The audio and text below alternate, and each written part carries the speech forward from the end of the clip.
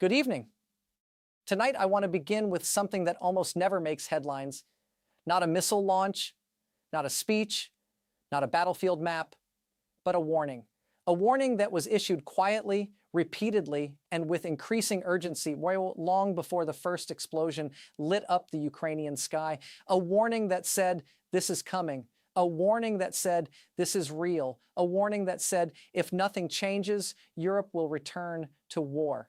And for years, that warning went unheeded, not because it was unclear, but because it was inconvenient. Long before Russian troops crossed Ukraine's borders, long before tanks appeared on satellite images, long before diplomats began using words like imminent, there were signs, small ones at first. Cyber attacks on Ukrainian infrastructure, political assassinations, disinformation campaigns, energy cutoffs, military exercises near borders, unusual troop movements.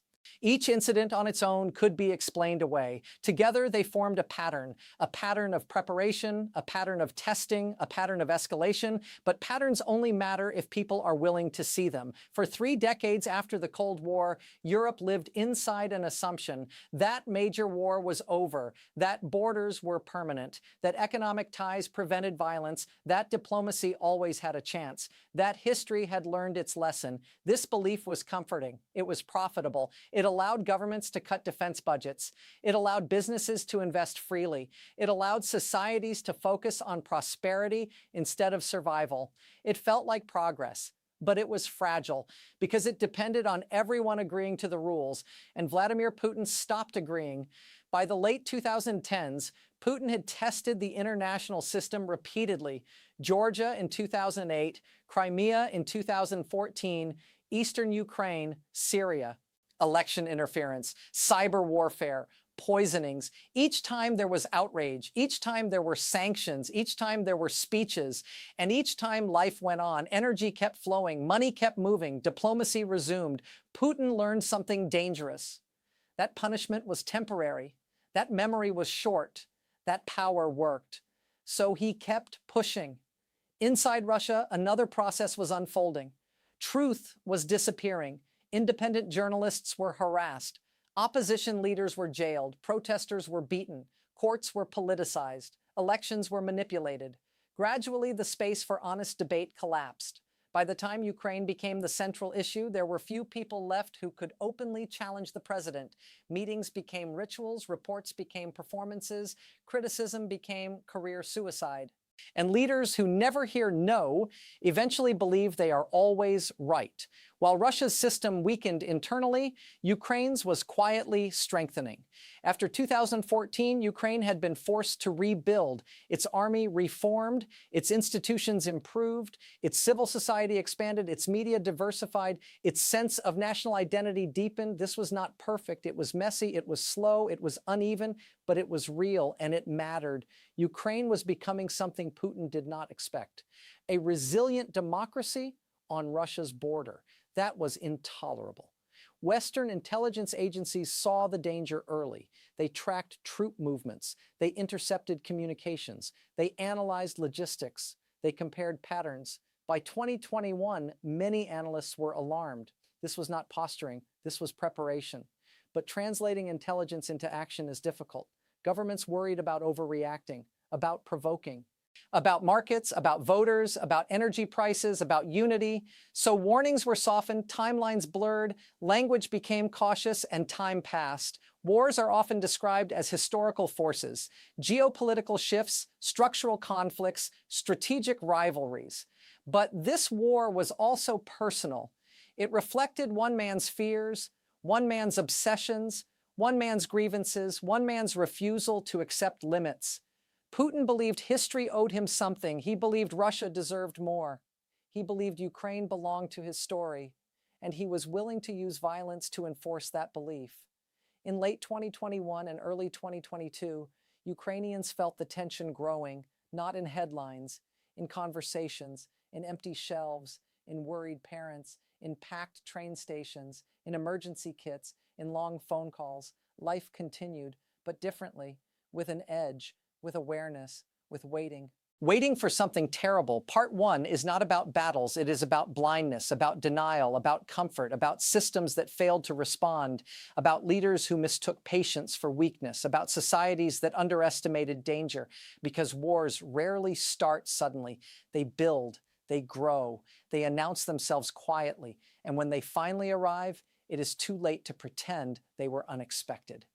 In the final days before the invasion, the world entered a strange, suspended state. Nothing had happened yet, and yet everyone who was paying attention knew that something was about to. It was like standing on a shoreline and watching the water pull back before a tsunami. The silence was not calm, it was loaded. By February 2022, Russia's military presence around Ukraine was impossible to deny. More than 100,000 troops were positioned along multiple borders: tanks, artillery, missile systems, field hospitals, fuel depots, supply trains. Temporary bases appeared in forests and fields. Satellite images documented it all. This was not training. This was not deterrence. This was preparation. Modern wars require enormous logistical support. You cannot fake blood supplies. You cannot pretend to build field hospitals. You do not move bridging equipment and fuel convoys unless you intend to cross rivers and travel long distances. Every analyst understood what this meant. The question was not if, it was when. In an unprecedented move, Western intelligence agencies began releasing classified assessments. They named Russian units. They mapped deployment routes. They described planned false flag operations. They predicted targets. They warned of assassination attempts. They shared timelines. This was extraordinary. Intelligence services normally guard secrecy above all else. But this time, secrecy was less important than credibility. They wanted to deny Moscow plausible deniability. They wanted the public record to be clear. They wanted history to show, we warned you. It was an act of strategic transparency, and it worked. When the invasion came, there was no doubt who started it. Even as troops gathered, diplomacy continued. Summits were held, envoys traveled, phone calls multiplied, draft agreements circulated, press statements spoke of dialogue. But behind the scenes, Russian commanders were finalizing operational plans. Target lists were locked in, missile coordinates uploaded, units briefed, medical teams prepared. Diplomacy became cover, a performance to buy time, a way to appear reasonable while preparing violence. History has seen this before. It never ends well. As pressure mounted, Putin withdrew further from public life. Meetings became rarer, advisors were fewer, decision-making centralized. Reports suggest that only a handful of people knew the full plan. Even senior officials were kept in the dark. Some reportedly learned about the invasion hours before it began. This secrecy was deliberate. It prevented dissent. It avoided leaks. It eliminated debate, but it also eliminated correction. No one could say, this is wrong, because no one knew. On February 21st, 2022, Putin delivered a long televised address. It was not a routine announcement. It was a manifesto. He denied Ukraine's legitimacy, questioned its borders, dismissed its sovereignty, blamed the West, rewrote history, declared recognition of separatist territories. It was a declaration of intent, not just to intervene, but to dominate. The speech was emotional, angry, defensive, obsessive. It revealed how personal this conflict had become. After that night, war was no longer hypothetical. It was announced inside Ukraine, tension peaked. Government officials urged calm. Schools remained open. Businesses tried to operate, but fear was everywhere. Parents discussed evacuation plans. Hotels filled. Trains were crowded. ATMs were emptied. Emergency kits were packed. Some families sent children abroad. Others decided to stay. People made impossible choices without information. This is what uncertainty does. It forces civilians into strategic calculations, and civilians should never have to make them. On February 23rd, Kyiv was quiet. Restaurants served dinner. Traffic flowed. Lights glowed in apartment windows. But the atmosphere was heavy. Phones were checked constantly. News was refreshed endlessly. Rumors spread. Some people did not sleep. Across the border, Russian units received final orders. Engines started. Weapons were loaded. Flight plans activated. Coordinates uploaded. The invasion force was ready. There would be no turning back, even in the final hours. Some hoped for a miracle, a phone call, a compromise, a delay, a breakthrough. None came, because war had already been chosen. And when leaders choose war, diplomacy becomes decoration, not prevention, not because war was unavoidable, but because choices made it unavoidable. Warnings were clear, options existed, time remained, but restraint failed. And once restraint fails, violence takes over. History often asks, could this have been prevented? In this case, the painful answer is yes. At 4 a.m. on February 24, 2022, the waiting ended. There was no dramatic countdown, no final warning, just a sudden tearing of the night. Cruise missiles streaked across the sky, air defense systems roared awake, explosions rippled through cities from east to west. The illusion of peace collapsed in seconds. In Kyiv, families woke to windows shaking in their frames. In Kharkiv, bright flashes lit apartment walls. In Mariupol, the sound rolled across the sea. Across the country, phones vibrated with messages that no one wanted to read. It started. In that instant, the future changed. Russia's opening strategy was clear: overwhelm, disorient, paralyze. Strike military infrastructure first. Neutralize air defenses, sever command structures, spread fear, then advance rapidly toward key cities. The architects of the invasion believed Ukraine would fragment under pressure, that its leaders would flee, that resistance would dissolve. It was a strategy built on assumptions about weakness, assumptions about loyalty, assumptions about identity, and those assumptions were wrong.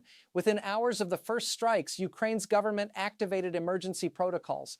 Backup communication networks came online. Military units dispersed to avoid concentrated losses, air defense repositioned, regional governors coordinated locally, the president remained in the capital, there was no announcement of exile, no disappearance, no silence. The machinery of the state bent, but it did not break, and that single fact reshaped the entire war. As Russian forces pushed south from Belarus, Kyiv braced. Checkpoints appeared overnight. Concrete blocks and sandbags blocked intersections. Civilians volunteered to defend neighborhoods. Metro stations transformed into bomb shelters. Thousands slept underground. Parents told children stories to drown out the sound of explosions. Volunteers distributed water and blankets. Doctors worked without rest. The city existed in two layers: above ground, tension, movement, uncertainty; below ground, resilience, community, waiting.